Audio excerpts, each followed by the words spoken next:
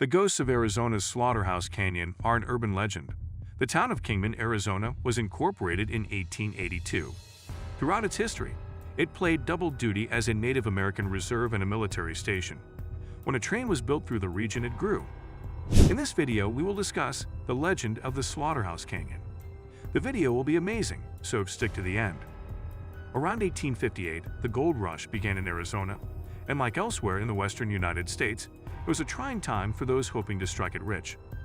Prospectors turned to the more accessible copper and silver ores after realizing their chances of discovering gold in Arizona were slim.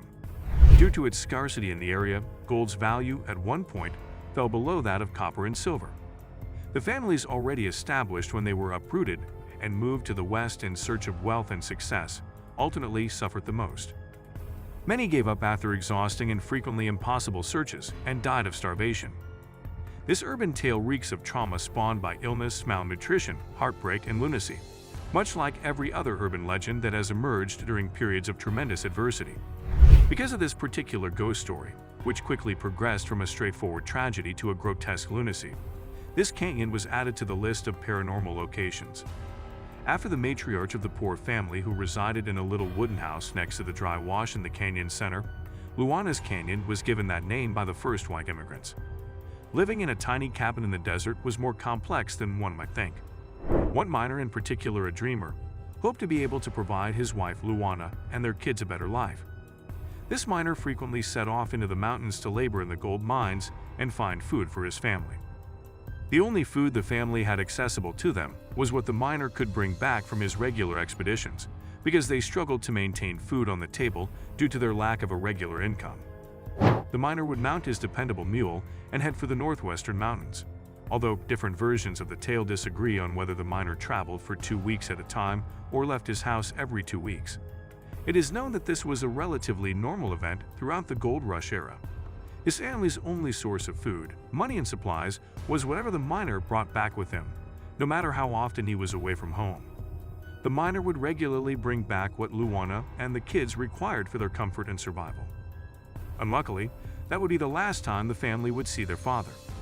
On that fateful day, the miner kissed his wife Luana and children goodbye and left. Weeks passed, and Luana soon started to worry that her husband had become ill. Her worries that her husband had become ill, been in an accident or worse, had been killed by wild creatures or possibly the victim of thievery increased as the supplies ran low. The sad gold rush seemed to have claimed yet another unfortunate victim in the form of the miner.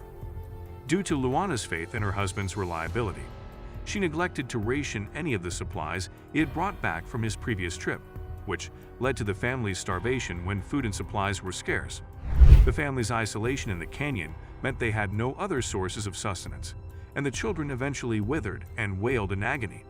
Their shouts and cries rang across the canyon and even traveled on the night breeze, even though they were pale and weak from famine. The repeated cries of Luana's famished children for food weakened her mentally. The more time passed, the more insane Luana became. Eventually, she lost her mind because she could no longer bear to watch her children suffer. Luana's illness led her to commit the unspeakable because she could not deal with the reality of seeing her children starving to death. She dressed in her wedding dress and killed her own children to end their agony one night during a rainstorm while being tormented by the cries of her children and her own painful hunger. The modest hut became known as the Slaughterhouse after she dismembered their lifeless bodies and scattered blood all over the walls as she lost her bearings. She carried the bodies of her children and threw them into the river after completing her heinous deed. She fell to the ground at the river, her bridal dress stained with the blood of the kids she had killed. Luana, who had been struck by sadness and remorse, sat on the bank of the river, sobbing and yelling about what she had done that she eventually died of malnutrition the following morning. Slaughterhouse Canyon is open to the public and is approximately a 12-minute drive from Kingman, Arizona. Those bold enough to enter the desert canyon after midnight are rumored to have experiences on peaceful evenings when the moon is complete and the air is dense. The mother's agonized screams and the gory cries of her murdered children can still be heard throughout the canyon during the dark, dreary nights. This was all for today. I hope you liked the video. Let us know your thoughts in the comments section below. Stay safe, and we will be right back soon with another video. For more information, subscribe and watch other videos from our channel.